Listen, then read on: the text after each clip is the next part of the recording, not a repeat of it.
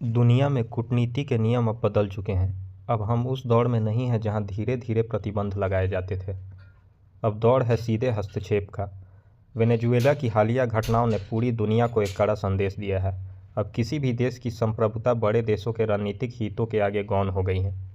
लेकिन असली कहानी सिर्फ उन चेहरों की नहीं है जो सत्ता से हटाए गए, बल्कि असली कहानी उन देशों की है जिन्हें अब कतार में खड़ा किया जा रहा है।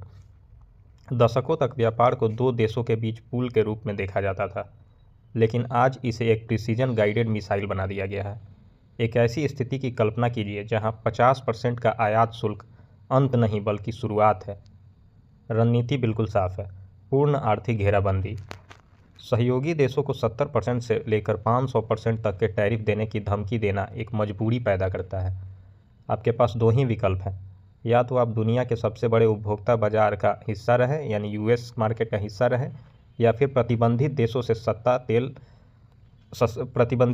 सस्ता तेल खरीदें। आप दोनों एक साथ नहीं कर सकते।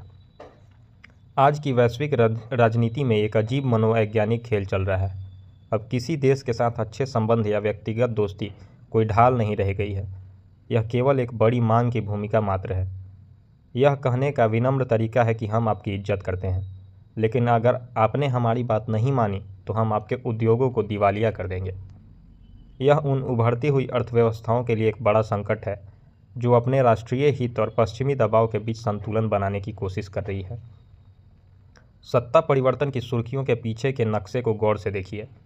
वेनेजुएला के तेल क्षेत्रों से लेकर ग्रीनलैंड की बर्फ के नीचे छिपे दुर्लभ खनिजों तक एक लक्ष्य एक ही है: संसाधनों का प्रभुत्व। सैन्य प्रभाव और आज़ादी दिलाने के नैरेटिव का उपयोग करके वैश्विक ऊर्जा और तकनीकी के संसाधनों पर एकाधिकार जमाया जा रहा है। इतिहास ने हमें एक सबक सिखाया है: जब दबाव अपनी चरम सीमा पर पहुंच जाता है तो वहां से एक बड़ा प्रतिरोध जन्म लेता है। जब कोई महाशक्ति इस स्तर के अहंकार के साथ काम करती है तो वह अपने सहयोगियों की चिंताओं को नज़रअंदाज करने लगे तो वह एक शून्य पैदा करती है। दुनिया देख रही है। यदि यह दबाव असहनीय हो गया तो क्या ये राष्ट्र झुक जाएंगे या वे एक समानांतर वैश्विक व्यवस्था के निर्माण को और तेज कर देंगे?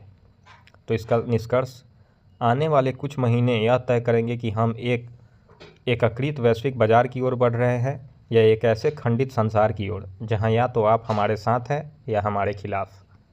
अब दांव पर सिर्फ तेल या टैक्स नहीं है, अब दांव पर 21वीं सदी में स्वतंत्रता की परिभाषा है।